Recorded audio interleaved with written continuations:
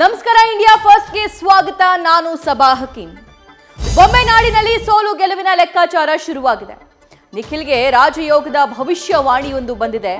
8 ವರ್ಷಗಳ ಹಿಂದಿನ ಚಂಡಿಕಾ ಯಾಗ ಫಲಿಸಿದೆ.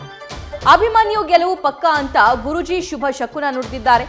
ಗೆದ್ರೆ ದಳಸಾರಥಿ ಪಟ್ಟ ಕಟ್ಟೋದು ನಿಶ್ಚಿತ. 40% 2023ರಲ್ಲಿ ಬಿಜೆಪಿ ಮಖಾಡೆ ಮಲ್ಗೋಕೆ ಕಾರಣವಾಗಿದ್ದ ಕೈ ಅಸ್ತ್ರ. ಆದ್ರೆ ಈಗ ಕಮಲ ಪಡೆಗೆ ಅಂಟಿದ್ದ ಕಮಿಷನ್ ಕಳಂಕ ಅಳಿಸಿದೆ. ಲೋಕಾಯುಕ್ತ ತನಿಖೆಯಲ್ಲಿ ಕೇಸರಿ ಪಡೆ ಮೇಲಿನ ಆರೋಪಕ್ಕೆ ಕ್ಲೀನ್ ಚೀಟ್ ಸಿಕ್ಕಿದೆ. ಇದನ್ನೇ ಹಿಡಿದು ಬಿಜೆಪಿ ನಾಯಕರು ಕಾಂಗ್ರೆಸ್ ವಿರುದ್ಧ ಮುಗಿಬಿದ್ದಿದ್ದಾರೆ. ರಾಜ್ಯದ ಜನರೇ ಇಲ್ಲಿ ನೋಡಿ, ನೀವು ಬಿಪಿಎಲ್ ಕಾರ್ಡುದಾರರಾಗಿದ್ರೆ ಈಗಲೇ ಚೆಕ್ ಮಾಡಿಕೊಳ್ಳಿ.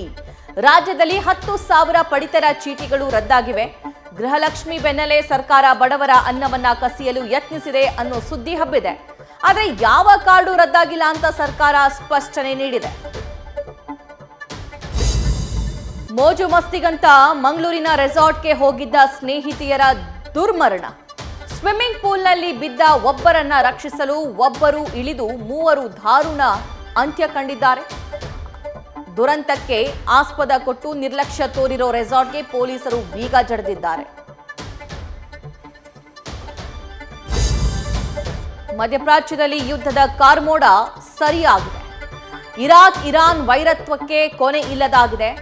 ಇಸ್ರೇಲ್ ಪ್ರಧಾನಿ ನಿವಾಸದ ಮೇಲೆ ಇರಾನ್ ಮತ್ತೆ ಅಟ್ಯಾಕ್ ಮಾಡಿದೆ. ಬೆಂಜಮಿನ್ ನೇತನ್ಯಾಹು ನಿವಾಸದ ಮೇಲೆ ಡೆಡ್ಲಿ ಮಿಸೈಲ್ ದಾಳಿ ನಡೆದಿದೆ. ಸ್ವಲ್ಪದರಲ್ಲೇ ನೇತನ್ಯಾಹು ಪಾರಾಗಿದ್ದಾರೆ. ನ್ಯೂಸ್ ಫಸ್ಟ್ ನಿರ್ಭೀತಿಯಿಂದ ನಿಮ್ಮ ಪರವಾಗಿ.